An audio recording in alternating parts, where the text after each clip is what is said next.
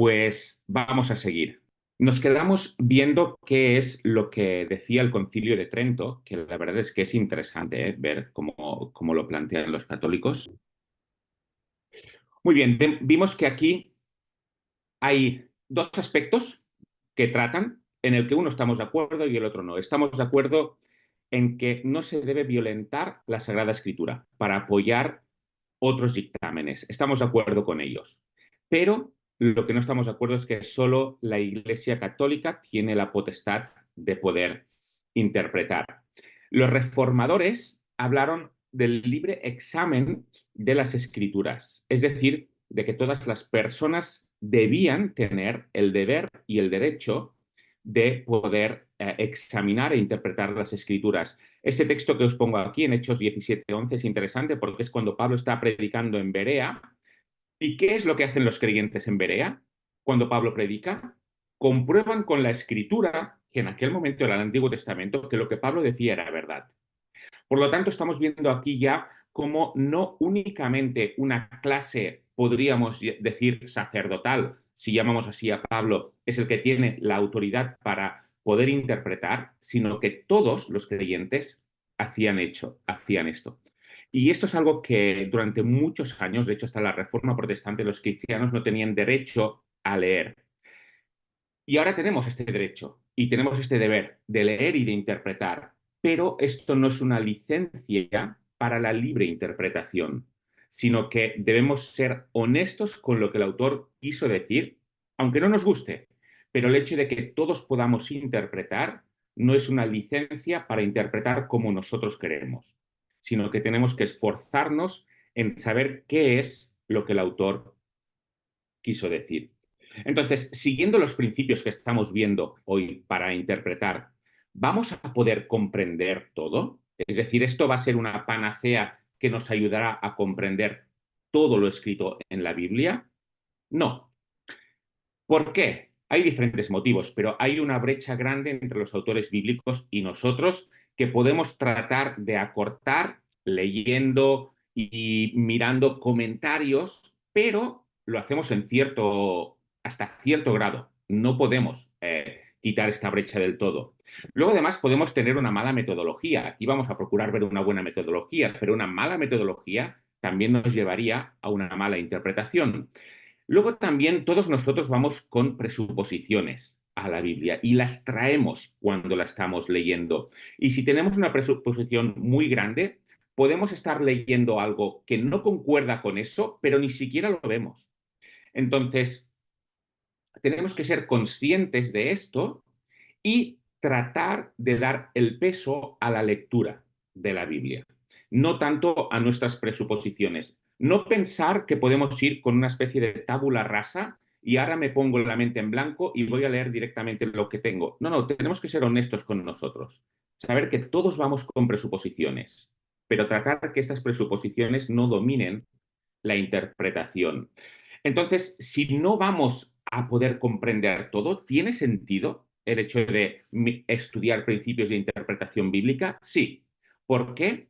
Porque podemos dar un marco de interpretaciones que caben dentro del texto. Es decir, quizás no llegamos a una conclusión en cuanto a este texto significa únicamente esto. ¿De acuerdo?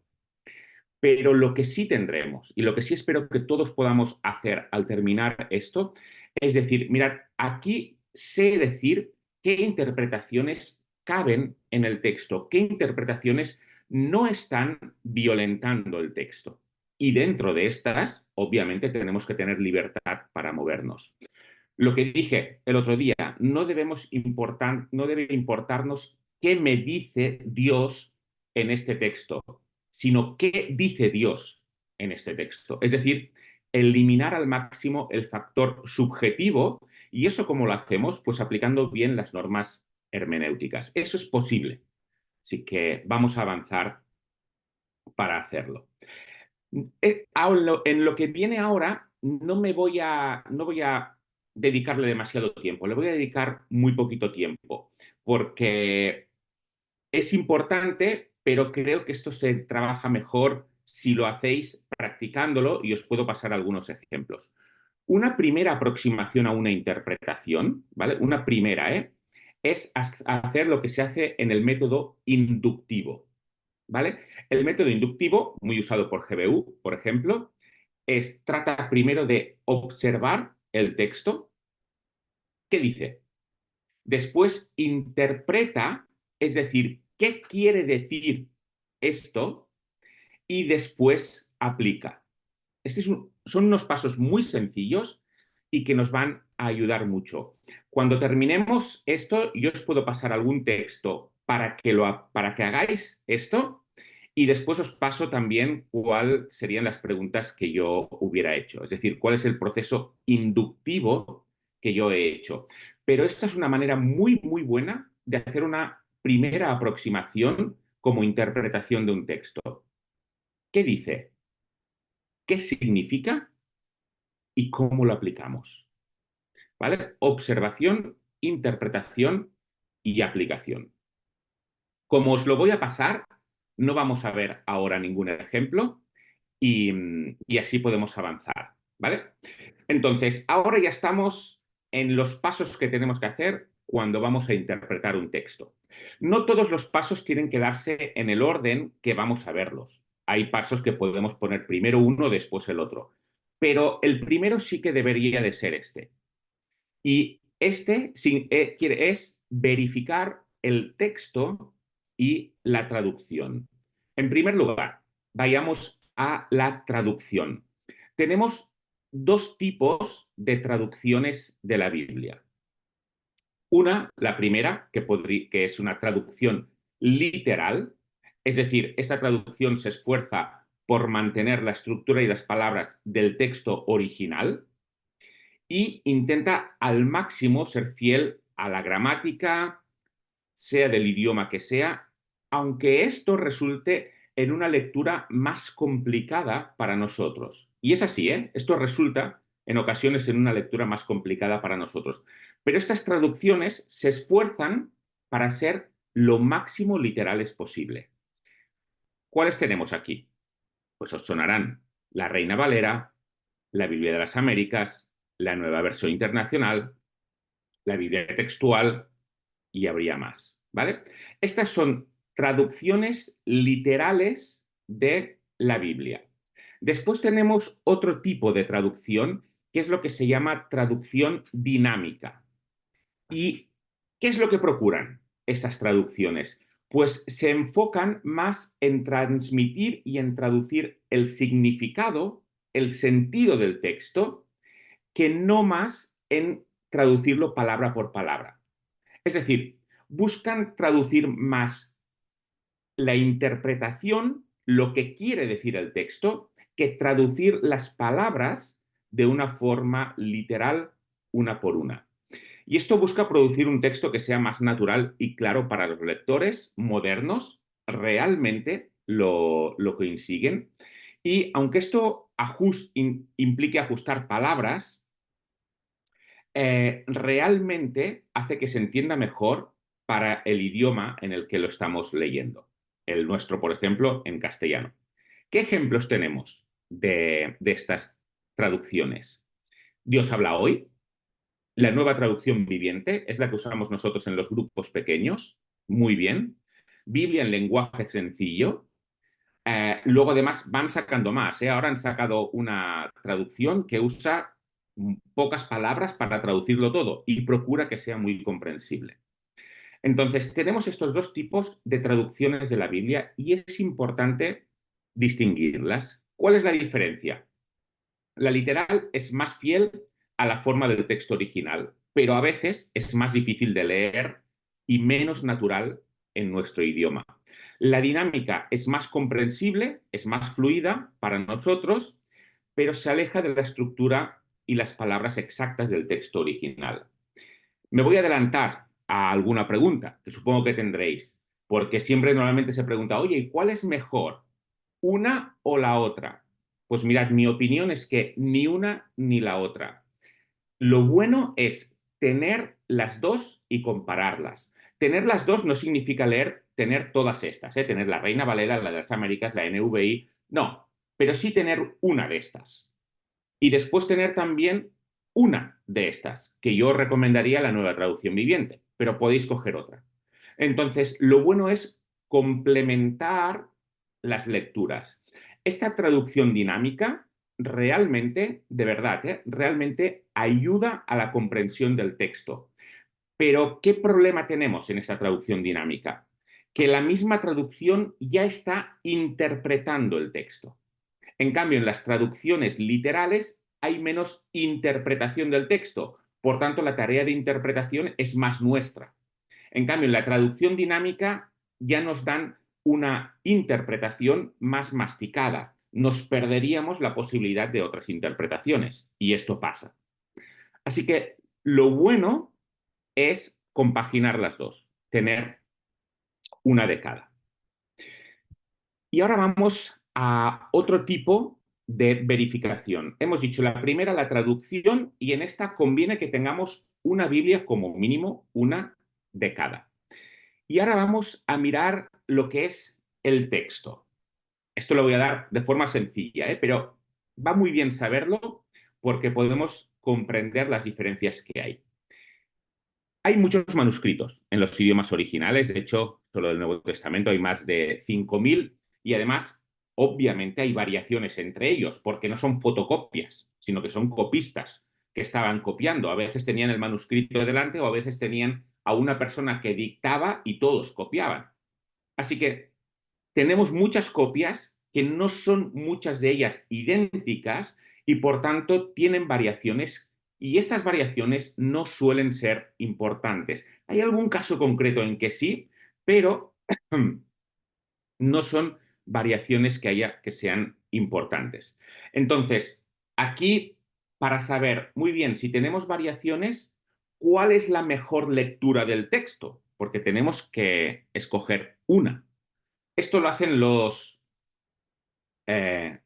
eruditos por nosotros, ¿vale? Entonces, hay diferentes maneras de verlo, pero, por ejemplo, la extensión del texto, que si tenemos un texto más largo y otro más corto, ¿cuál suele ser el que se ajusta al primero, al original, al autógrafo? Pues suele ser el corto, porque lo que hacían los copistas era más bien alargar para explicar que no acortar. Y luego, si tenemos uno que es más difícil de entender y otro más fácil, ¿cuál suele ser el que corresponde al original, al autógrafo? Pues el más difícil de entender, por lo mismo, porque los copistas trataban de facilitar la lectura. Así que el que facilita la lectura suele ser el que no es el autógrafo. Pero bueno, esto lo harán los eruditos por nosotros. En cuanto a los textos en los idiomas principales, en los idiomas originales, tenemos tres opciones que luego resumiremos en dos, ¿vale? Y solo hace falta que más o menos tengáis la noción de estas dos. Tenemos el texto mayoritario del Nuevo Testamento. Hablo aquí del Nuevo Testamento, ¿eh? ¿Y por qué hablo del Nuevo Testamento? Porque los manuscritos del Antiguo Testamento, aunque parezca extraño, están mucho más afianzados que los del Nuevo. Entonces, en cuanto al Nuevo Testamento, tenemos un texto mayoritario. ¿Y eso qué quiere decir? Que tiene todos los manuscritos que tenemos del Nuevo Testamento. Los junta todos, los revisa todos y de esos saca una conclusión. ¿Y cómo saca la conclusión? Pues la traducción o la escritura que más se repite, esta es la buena, ¿vale? Y esto considera todos los manuscritos que tenemos. Luego tenemos la siguiente, el texto recibido. Esto deriva de una edición de Erasmo de Rotterdam. Es curioso, ¿eh? Hay ciertas conversaciones de Erasmo de Rotterdam con Lutero interesantes.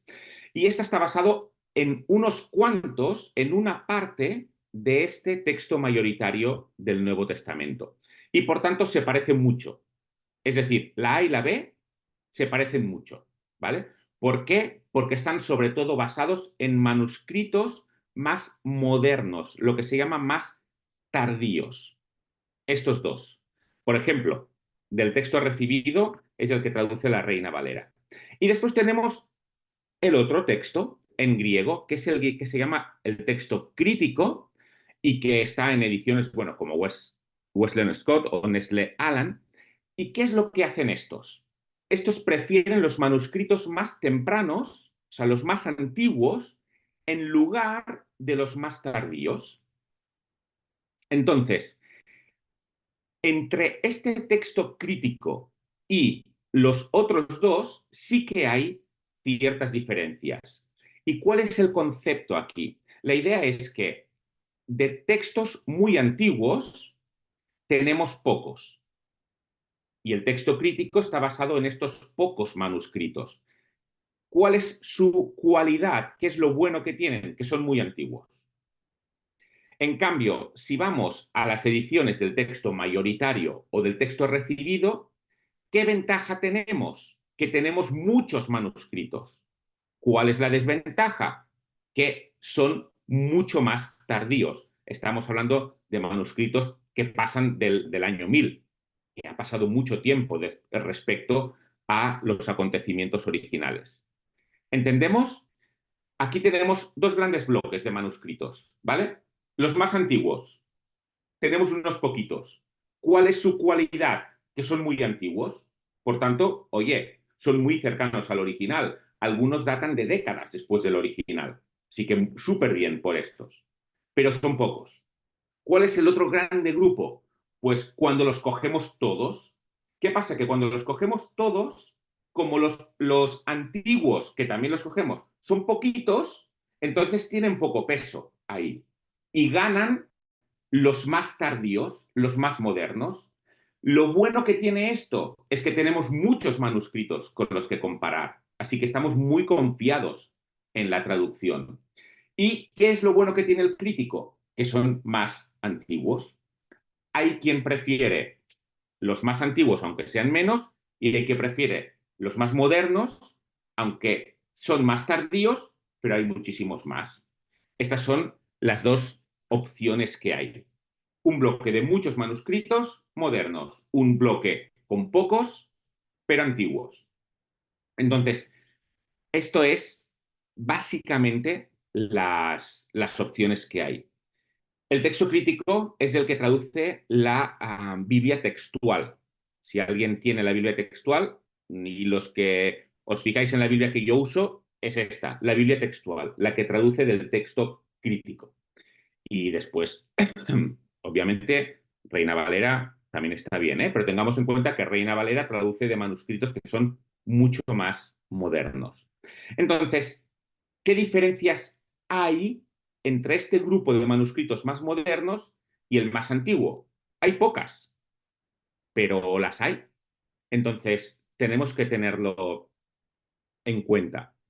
Aquí os pongo algunas diferencias de las que podemos encontrar, ¿vale? Clásicas, típicas, lo podéis encontrar por internet tranquilamente. El final de Marcos, por ejemplo, no está en los manuscritos más antiguos. Esta parte de Juan 7:53-8 tampoco está en los manuscritos más antiguos. Entonces, ¿por qué vemos esto? Vemos esto porque esto a veces puede frustrar y decir, caramba, es que no puedo confiar ya tanto en la Biblia, porque, o en el Nuevo Testamento como mínimo, porque parece que hay bastantes variantes. Entonces, ¿cómo sé yo que lo que estoy leyendo es realmente cierto? Ahora llegaremos a esto, pero hay que tener en cuenta que sí podemos tener confianza en los manuscritos, porque aunque hay diferencias, estas diferencias no nos modifican lo que es la doctrina fundamental. Mirad, os nombro aquí solo una diferencia que a mí me gusta que exista esta diferencia. Y esto es muy personal, ¿eh? No tenéis que hacerme caso ni muchísimo menos. Pero os nombro una diferencia, ¿vale? Aquí en Juan 5, a partir del versículo 3, que dice, después de estas cosas había una fiesta de los judíos y subió Jesús a Jerusalén. Y hay en Jerusalén, cerca de la puerta de las ovejas, un estanque llamado en hebreo Betesda, el cual tiene 5 pórticos. En estos yacía una multitud de enfermos, ciegos, cojos y paralíticos que esperaban el movimiento del agua, porque un ángel descendía de tiempo en tiempo al estanque y agitaba el agua, y el primero que descendía al estanque después del movimiento del agua quedaba sano de cualquier enfermedad que tuviese. y había allí un hombre que hacía 38 años que estaba enfermo. Bueno, esto podría ser, pero lo cierto es que cuando yo leía esto, yo digo, caramba, este no me parece el proceder normal de Dios. El hecho de que haya un ángel que toca el agua y mira, el primero que llega, ese tiene la suerte de curarse. Pero si alguien, por ejemplo, es paralítico o cojo, como le pasaba a este hombre del que trata el texto, pues este lo va a tener mucho más difícil. De hecho, llevaba 38 años ahí y no había llegado nunca al agua. No me parecía lo más normal como manera de actuar de Dios. Y después, al leer esto en la Biblia textual, es decir, la que se basa en manuscritos más antiguos, vemos que esta parte de que hay un ángel que agita las aguas no está en ese. Es cierto que después el hombre sanado dice, oye, cuando se agitan las aguas yo no llego, pero Jesús no corrobora eso. Jesús simplemente le sana. Bueno, yo no puedo decir, ni nadie puede decir, esto no está en el original, lo de los ángeles que agita las aguas, y aseguramos que no está en los escritos autógrafos. Y, por tanto, podemos ignorarlo del todo. Nadie puede dogmatizar en ese sentido. Pero es significativo, como mínimo, que esto no esté en los manuscritos más antiguos que tenemos. Y la verdad es que es algo que, bueno, ayuda a comprender.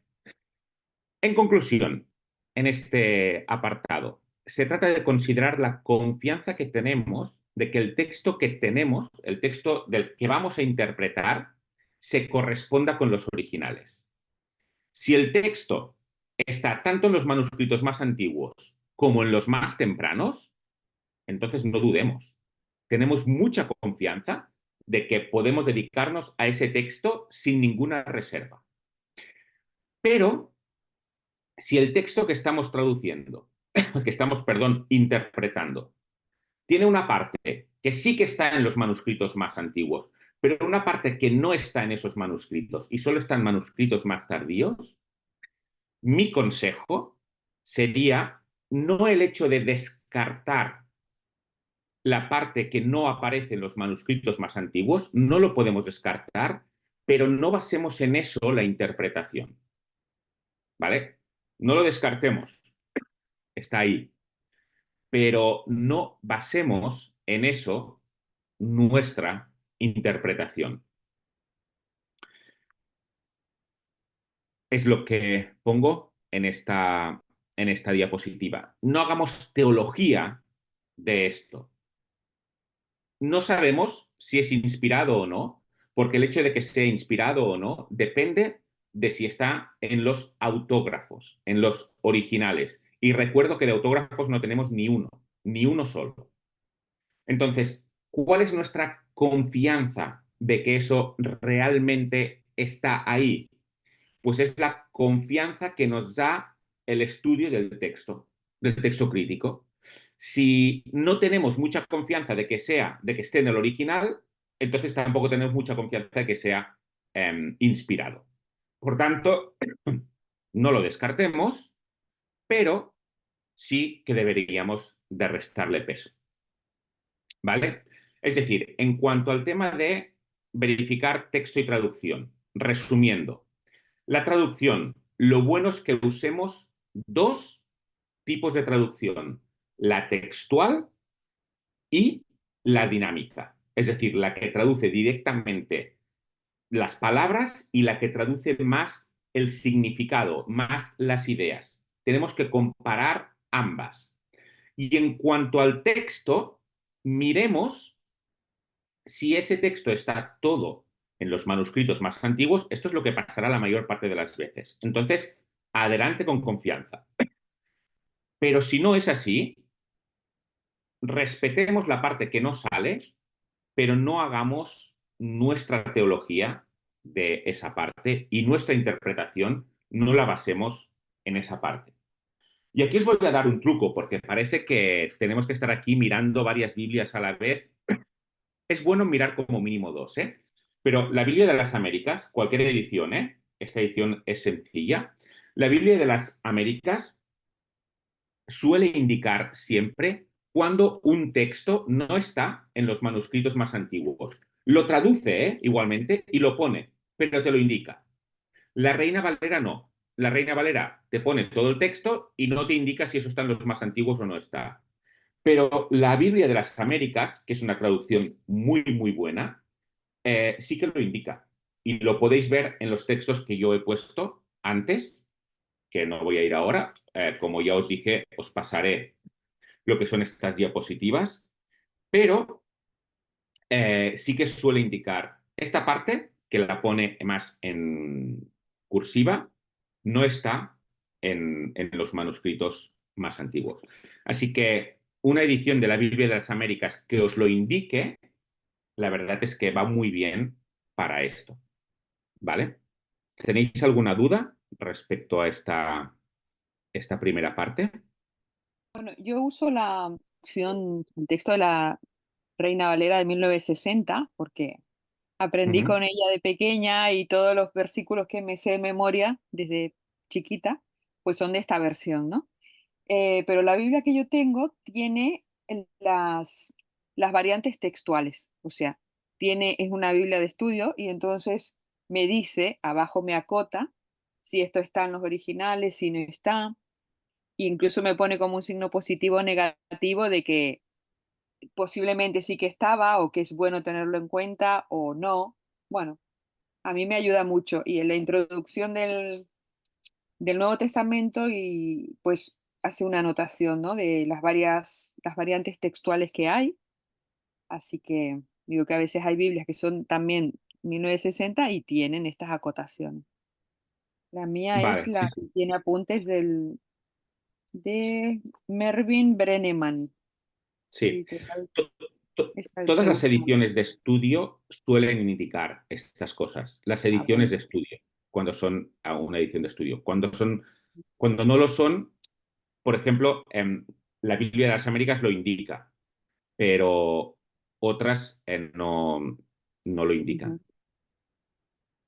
Bueno, el resumen es, no tengamos solo una, ujú, sino creo que va bien una dinámica y otra textual.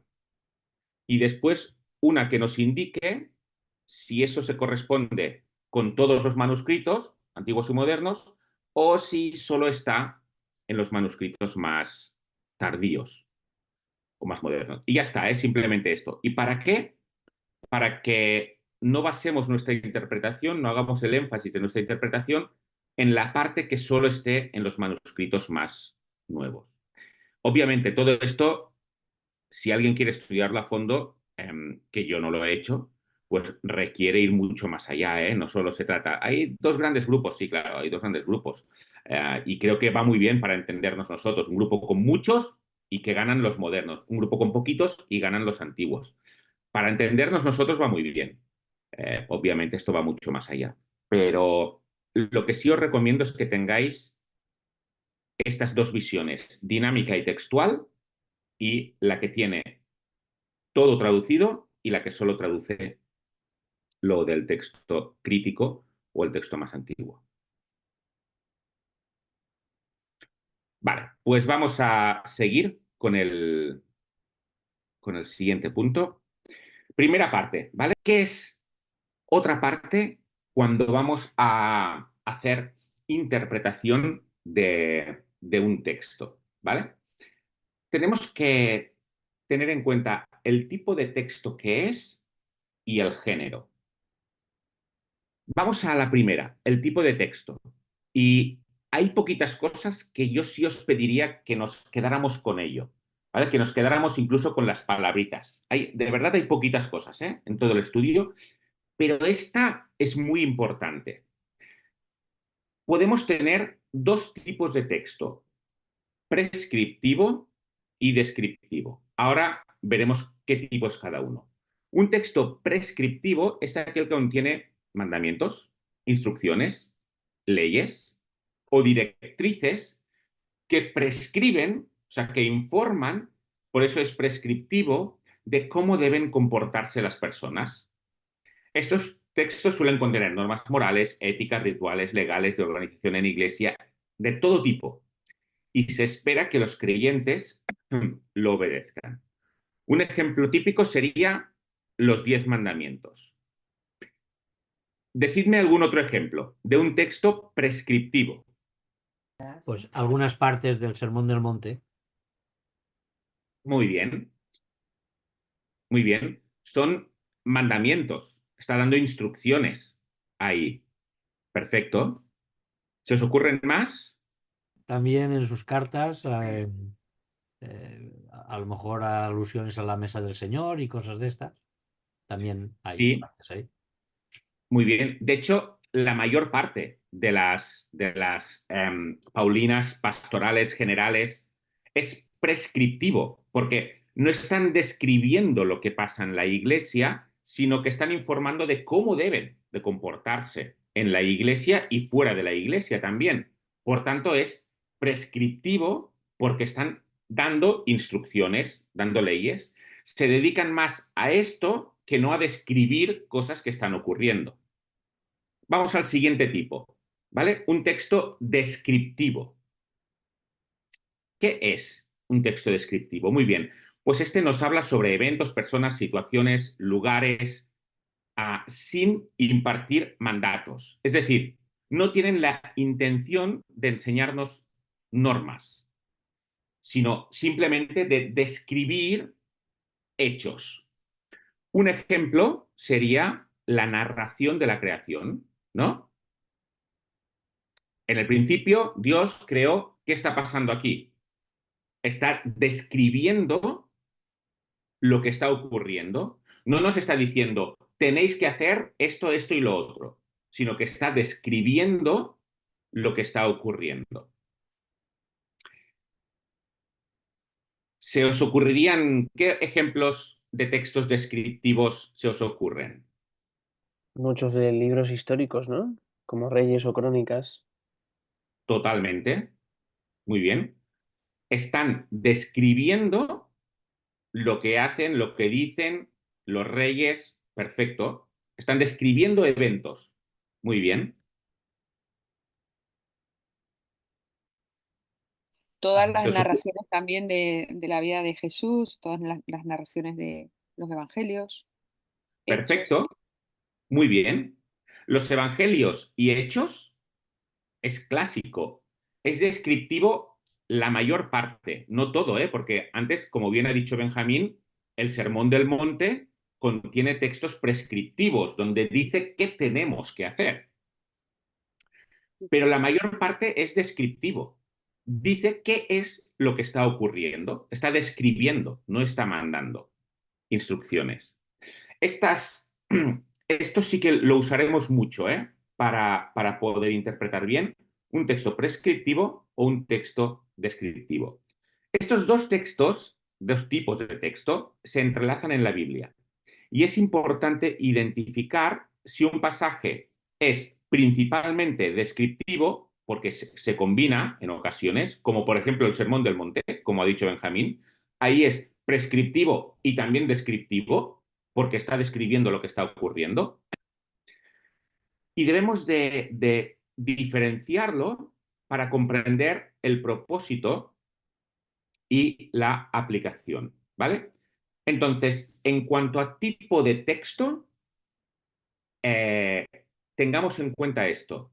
Estos dos tipos, prescriptivo, dan instrucciones, descriptivo, describen lo que está ocurriendo, ¿vale? Estos son importantes. Eso es tipo de texto. Después, lo siguiente que tenemos que ver es en qué género está el texto que queremos interpretar. ¿Qué género es? Porque eso determina también la interpretación. Entonces,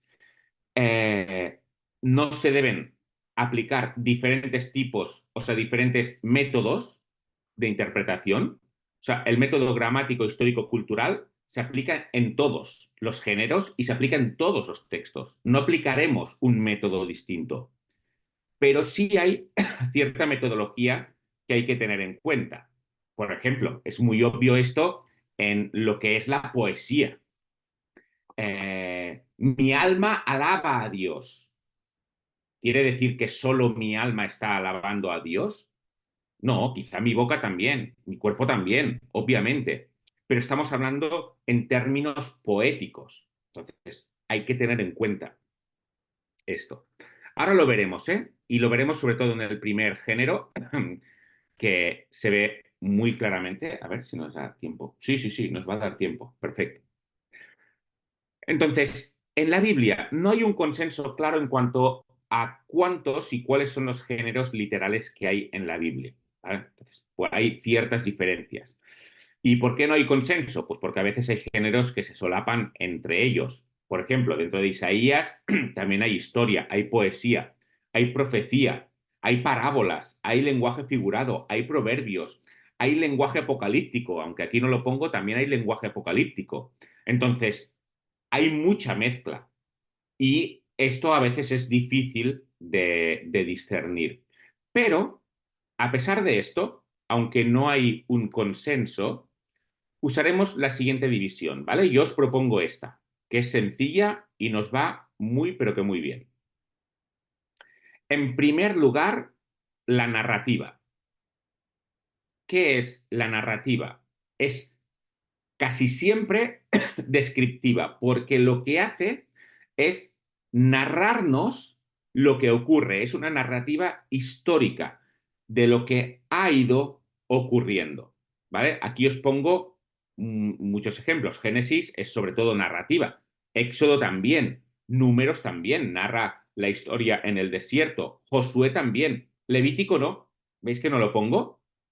Porque Levítico está dando instrucciones para la tribu de Leví. Pero Jueces también vuelve a ser narrativa, primero y segundo Samuel. Esdras, narrativo y descriptivo va muy, muy, muy de la par, ¿vale? De hecho, ¿cuál es el género que pensáis que ocupa la mayor parte de la Biblia? Narrativo, tal vez. Muy bien. Narrativo ocupa la mayor parte de la Biblia con mucha diferencia, que se trata de explicar eventos. Ahora, ¿qué otro género encontramos en la Biblia? La poesía, por ejemplo, Salmos, Proverbios, Eclesiastés, Cantar de los Cantares, Lamentaciones, también tenemos, y veremos que tiene ciertas características concretas. Otro, que obviamente diríais, es la profecía, que muchas veces se mezcla con narrativa histórica y también con poesía, sobre todo pues tipo apocalíptica. Entonces, ¿qué libros se incluyen aquí? Isaías, pero Isaías incluye mucha narrativa, también. Jeremías, que incluye narrativa, pero también tiene profecía. Ezequiel, Daniel, los 12 profetas menores. Y Apocalipsis, aunque se puede considerar diferente, lo vamos a entrar dentro de la profecía, ¿vale? Porque la profecía simplemente en este caso lo que hace es tener un lenguaje apocalíptico, que es pues el Apocalipsis de San Juan, que eso es lo que ha dado nombre a todo el lenguaje apocalíptico, aunque fuera anterior. Por ejemplo, las partes de Isaías que tienen lenguaje apocalíptico se le llama apocalíptico después de que Juan escribiera el Apocalipsis. Y en último término, el epistolar, las epístolas, las paulinas, generales, ¿vale?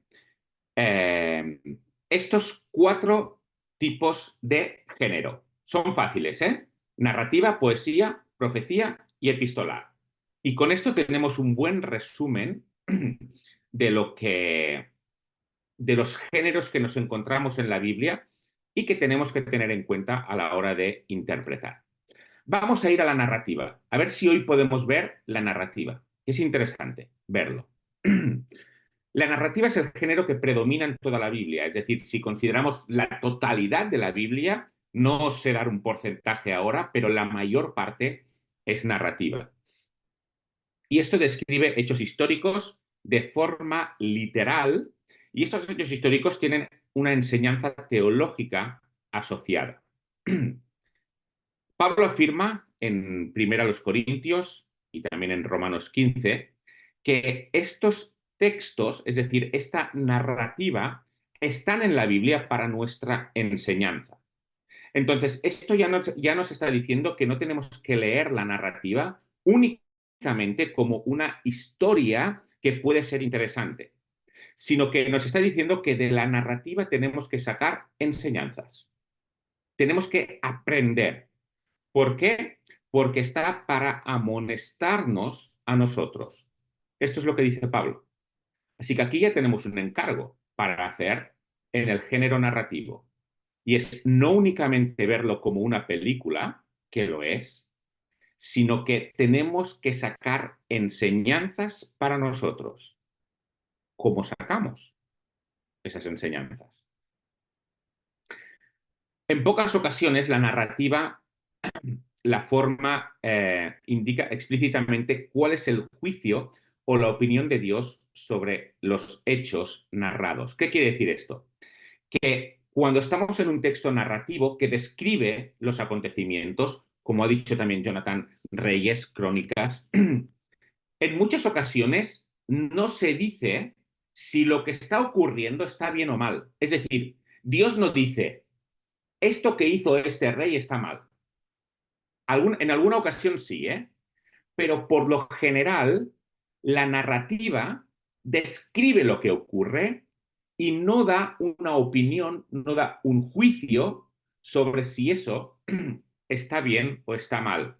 Obviamente, a nivel general, cuando describe a los reyes sí lo hace, ¿eh? Porque cuando vemos, y Josías hizo lo bueno ante los ojos de Dios. Vale, de acuerdo.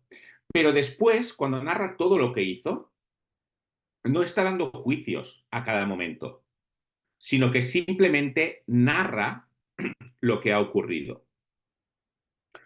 Entonces, en estos casos, en los casos en los que la Biblia no nos narra si eso está bien o mal, que es narrativa, la opinión de Dios queda implícita, o sea, se deduce, no queda explícita, y para conocerla debemos ir a textos prescriptivos o didácticos, que es lo mismo, o a textos narrativos donde la misma conducta se juzgue explícitamente. Así es como entendemos la narrativa sobre si está bien o mal. Si no nos lo dice, muy bien, ¿qué dice el resto de la Biblia sobre esto?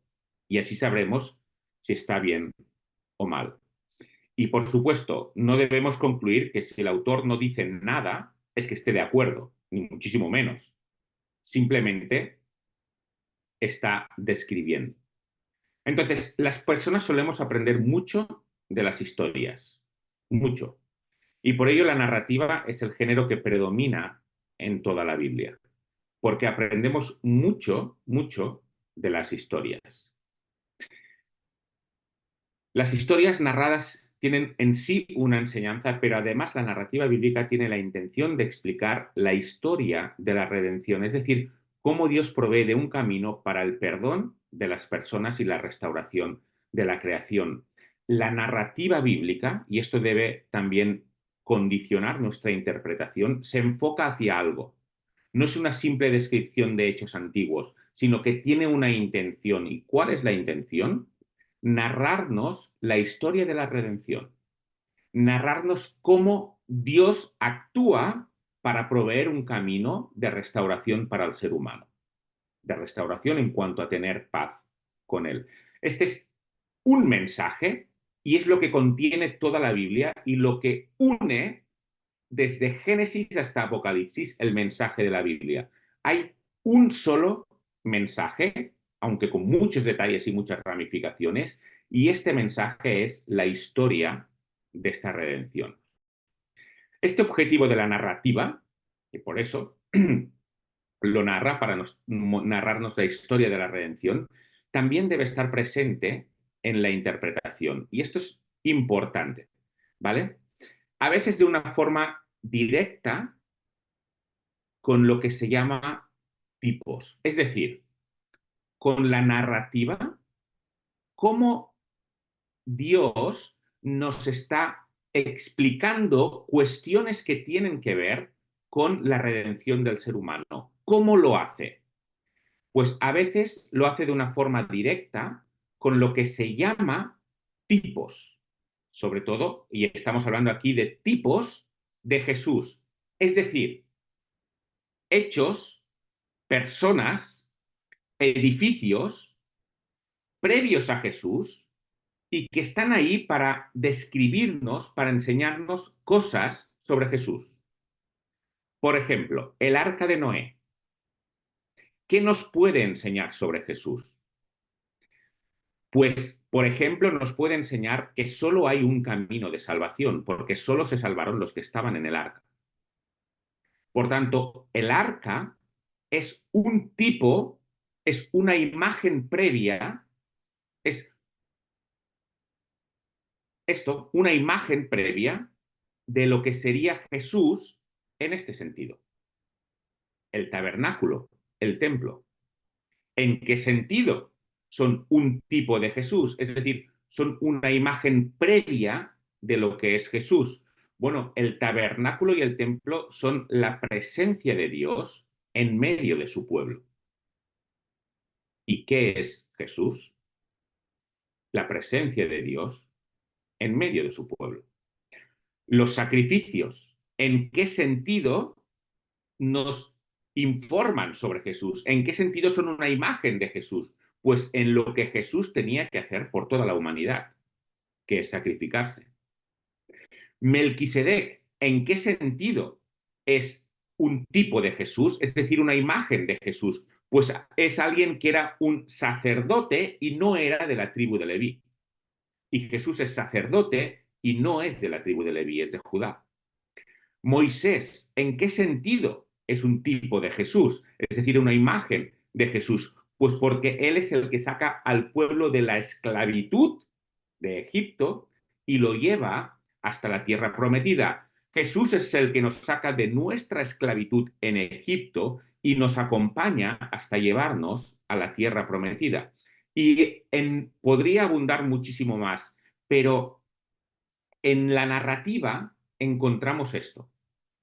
Hay tipos, hay imágenes de Jesús y esto tenemos que verlo porque es una parte importante de la interpretación.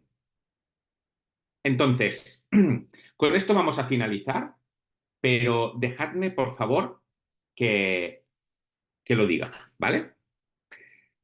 ¿Cómo sabemos si un texto narrativo, que es descriptivo, es algo que tiene que ser una norma para cumplir? Es decir, es algo normativo, es decir, algo prescriptivo. Dicho de otra manera, ¿cómo sacamos de lo descriptivo, de un texto que simplemente narra acontecimientos, cómo sabemos si lo que hacen los protagonistas ahí tiene que ser una norma para nosotros o no? ¿Cómo lo sabemos? Hay cierta tendencia y es la tendencia a que las cosas narradas las cojamos como norma. Y esto puede ser un error, ¿vale? Un error grande en este sentido, ¿cuál sería? Lo adelanto. Coger el libro de Hechos, ver lo que ahí ocurre y decir que eso es una norma para la Iglesia es un error. ¿Por qué? Porque es un texto descriptivo. Un texto descriptivo tiene que pasar un filtro para convertirse en algo normativo, es decir, en algo que sea una norma. ¿Y qué criterio usamos para saber si aquello que se describe tiene que ser una norma o no lo es? Con esto termino, pero ya veréis que creo que es interesante. En primer lugar, si es algo que siempre se repite, podemos concluir que es una norma. Aquí pongo un ejemplo. No hay ninguna norma prescriptiva, es decir, un texto que lo ordene, que diga que los cristianos deben reunirse en domingo. Pero en cambio, observamos que desde el principio los cristianos se reunieron en domingo y lo vemos en textos que son de narrativa, son descriptivos, son narrativos, no dan órdenes, no dicen esto tiene que ser así. Pero eso se cumple siempre. Siempre los cristianos se reunían en domingo. Por tanto, deducimos que eso puede ser, seguramente será, una norma a seguir. Ahora bien, si lo que estamos viendo es un hecho aislado, entonces no debemos interpretarlo directamente como una norma. Por ejemplo, vender las posesiones en Hechos 2. ¿Os acordáis? Yo iré leyendo, pero me gusta ahora sacar ya la pantalla. En Hechos 2 se narra que la iglesia en Jerusalén vendieron todo lo que tenían los creyentes y lo pusieron todo en común. El texto describe esto. ¿Esto tiene que ser una norma para todos los creyentes? Y según lo que has dicho, no, porque solamente se explica aquí, en el comienzo de la iglesia, ¿no? Algo tan Muy bien, concreto. tendríamos que decir, ¿qué pasa en el resto de las iglesias? Vamos a ver si todos hacen lo mismo. Ujú, Entonces, vemos la siguiente iglesia, Antioquía, y no hacía esto. Nos vamos a las siguientes iglesias que se fundan, da igual, después ya Pablo empieza desde Antioquía a fundar muchas iglesias y vemos que en esas iglesias no se repite eso. Por tanto, es un hecho descriptivo que no pasa a ser una norma. Y lo vemos, ¿por qué? Porque no se repite este hecho. ¿Sí? Un ejemplo claro es lo de, en cuanto a que algo se convierta en norma, es lo de reunirse en domingo. Se repite, siempre se repite. ujú. En cambio, esto de Hechos 2 no se repite. Entonces, esto nos está indicando que no tenemos que cogerlo como una norma. Y, en segundo lugar, si es algo que no se repite, ¿vale? Pero sí que hay, o sea que no sabemos si se repite siempre, pero hay una norma, un texto prescriptivo que lo avale, entonces es normativo, es una norma. Es lógico, ¿eh? Ya directamente del texto que es prescriptivo.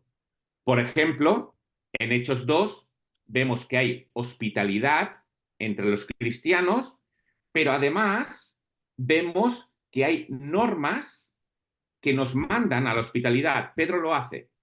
Pedro dice que seamos hospitalarios. Entonces, esto se convierte en una norma.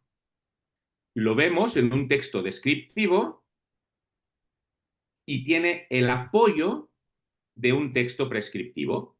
Es norma. Ujú. ¿Sí? Es sencillo esto, pero creo que vale la pena tenerlo en cuenta.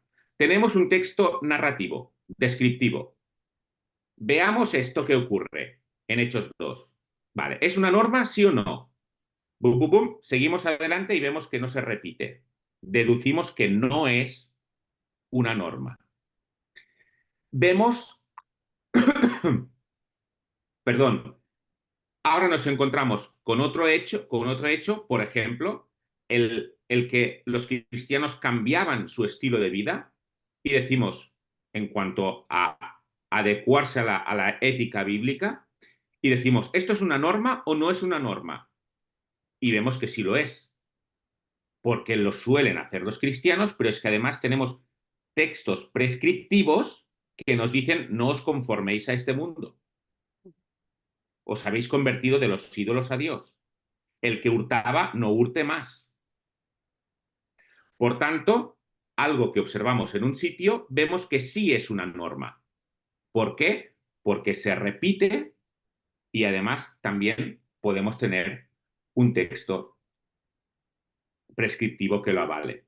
Así que, Si vemos que algo ocurre alguna o algunas veces, pero no es la norma y no tenemos un texto prescriptivo que lo avale, no lo cojamos como norma, no lo cojamos como normativo. ¿Se os ocurren ejemplos de esto?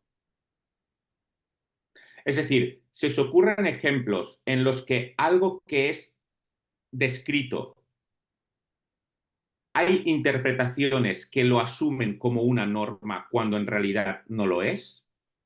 Lo del velo, lo que la mujer cae en la congregación, bueno, mucho tipo de instrucciones así que da Pablo y que ya hemos estudiado que lo da en un sitio concreto y para una situación concreta, ¿no? Pero en muchas Sí, iglesias se utiliza como norma. sí, pero fíjate que eso tiene sentido cogerlo como norma en el siguiente sentido, ¿eh? No, no estoy hablando de, o sea, podemos hablar más de esto, ¿eh? Pero eso es un texto prescriptivo. Mm, O sea, está mandando. Por tanto, no estamos en el vale, caso que yo estoy diciendo. Cuando dice en 1 Corintios 14, la mujer cae en la congregación, eso es un texto prescriptivo. Tendríamos que obedecerlo. Lo que pasa es que tenemos que ver en qué sentido lo dice. Y si ya. miramos un poquito mejor el texto, veremos que está hablando del orden en la iglesia y de interrumpir ahí en la iglesia. Está Ujú, hablando también de hacer preguntas a los que están profetizando. Entonces, hay que vale. contextualizarlo y eso lo veremos en otro apartado.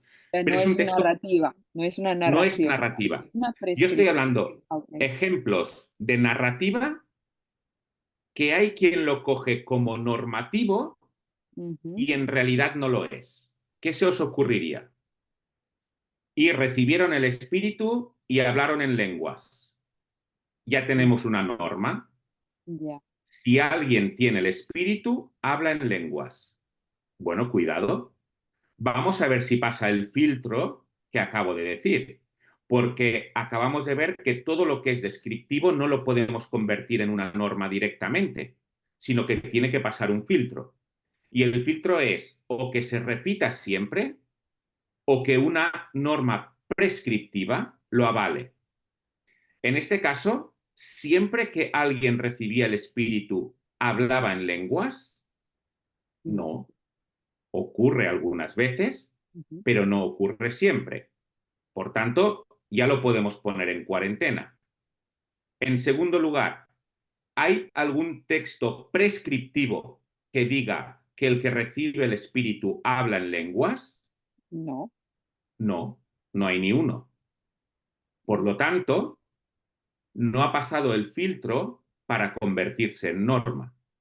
Lo vemos, estoy haciendo el paso de algo que vemos descrito como un acontecimiento.